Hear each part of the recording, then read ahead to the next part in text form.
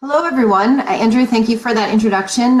For those on the recording, I'm Stephanie Kusibab. I'm the owner and chief strategist at Essentiam. We are a strategy consulting company working with small and mid-sized businesses nationwide.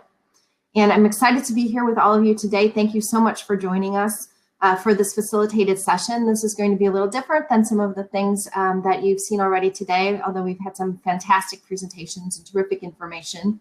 Right now, I'm practicing sitting up straight in my chair from one of our earlier presenters.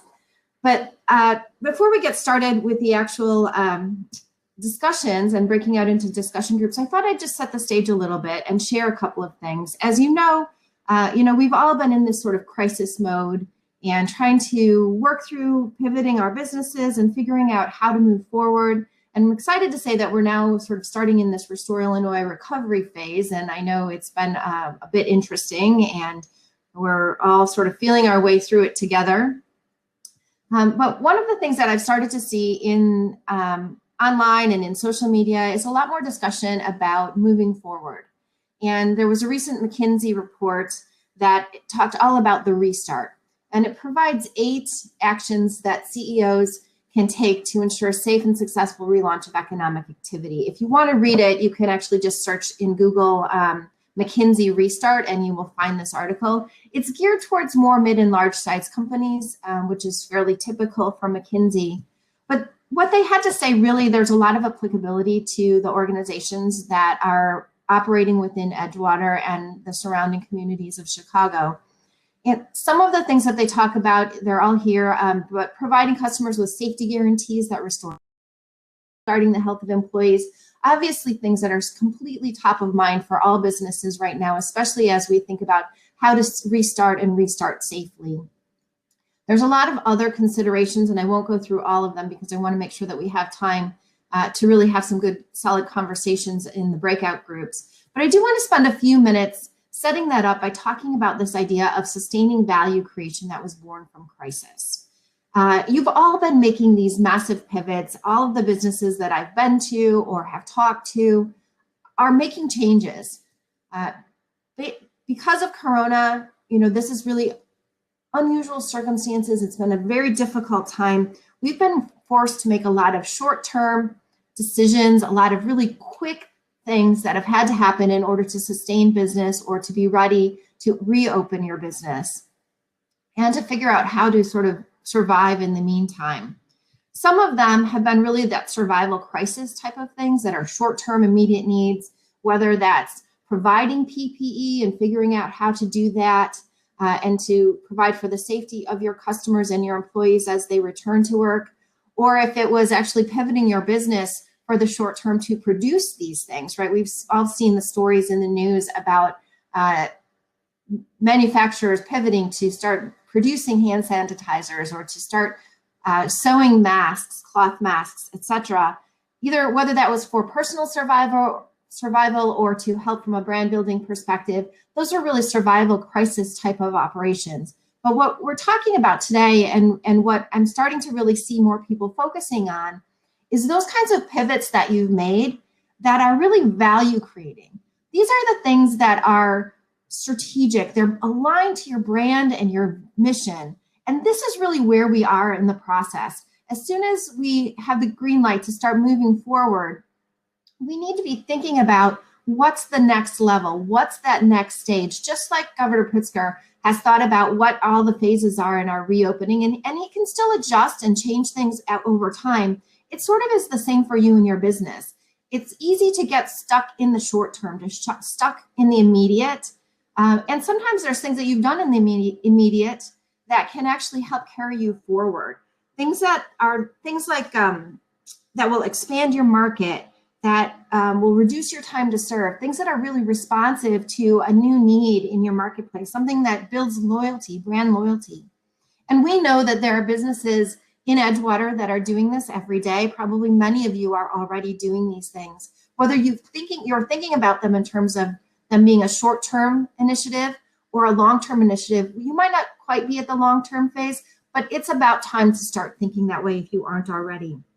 Some of the businesses are going to be sharing some of those ideas. Some of your local Edgewater businesses are going to be sharing what they're doing at 2 o'clock, so make sure you dial in for that session.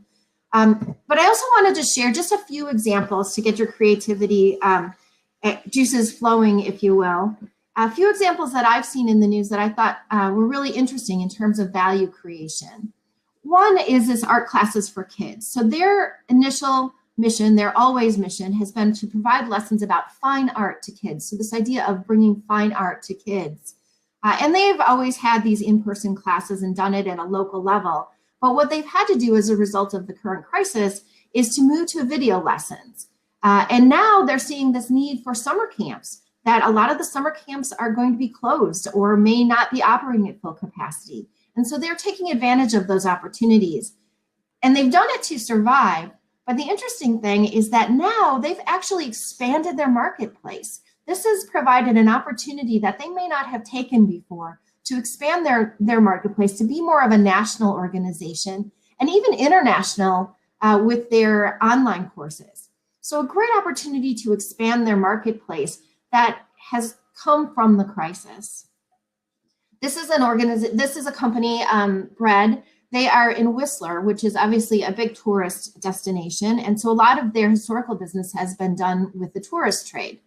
Well, obviously there's not as many people traveling and not as many tourists in Whistler, but they have doubled down on their ability to provide services to their local customers by selling flour, pizza dough, recipe books, those kinds of things, and also arranging times when people can come and pick up pre-ordered bread.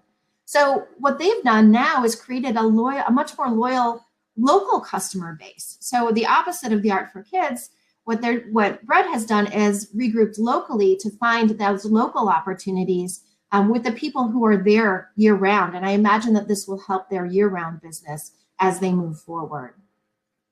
And then just one more quick example is Deer Path Inn. So this is a little more local. I read a story about them and I loved the story. It was really interesting. And so I spent a little bit of time looking at some of what they're doing. And their mission, what they really are at their core, they celebrate the tradition of English innkeeping. So thinking about an English inn as being a place where the community gathers. People come together and talk and learn and just discuss with each other. And so they've thought about that. And in the way that they have positioned themselves during the crisis, they've actually created these ways of bringing people together differently. Birthday in a box, where they'll actually send a birthday package out to all of your guests at their individual homes, and then you can have an online celebration together. What a great way of creating a community in this environment.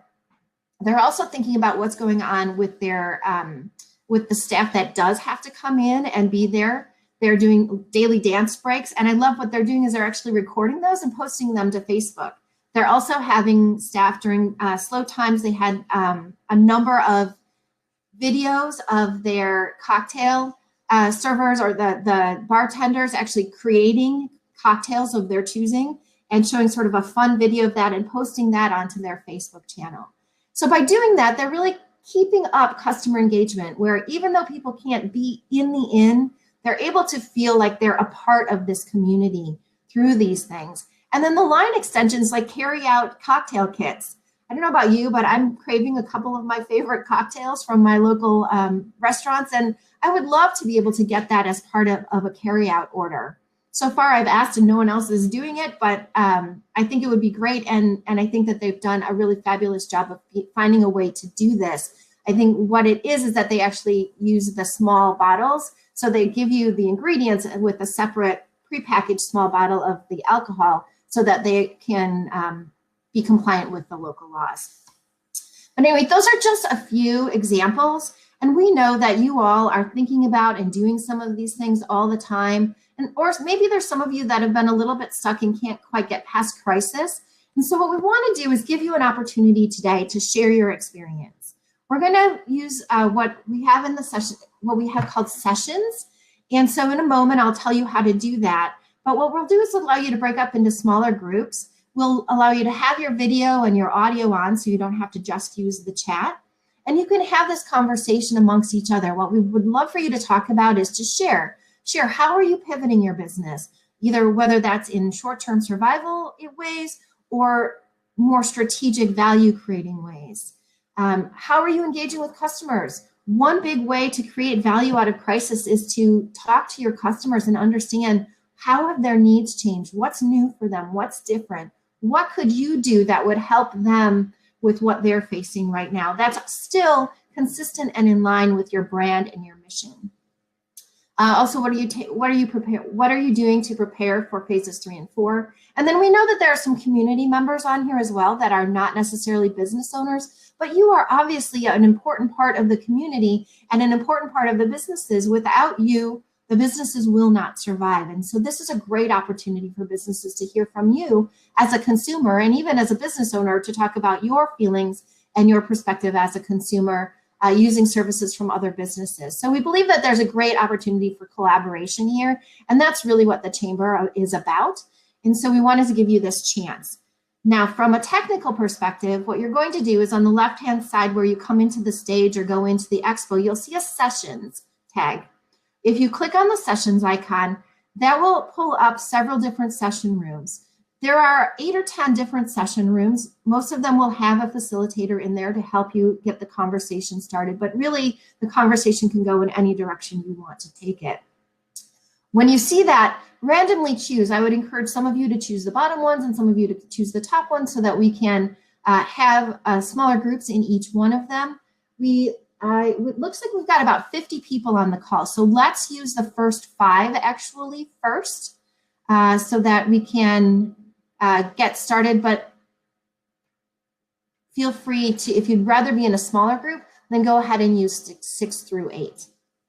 And then what we'll do is we'll have these small conversations until about 12:20.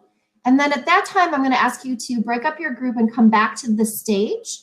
And I'll be here and we'll be having a little bit of a discussion in the chat. And I would love for you then, when you come back to the main stage after the sessions are over at 12:20, to add into the chat some of your top takeaways, some of the things that you learned that you're excited about taking back to your business as a result of the conversations. So without any further ado, we're going to go ahead and open those session rooms. So go ahead and just click on session and choose a session that you want to join. And I look forward to seeing you back here at about 12:20. You might see me popping in and out of those sessions, but I'm just there to learn and listen just like the rest of you. So great. I will look forward to seeing you back here at 12:20.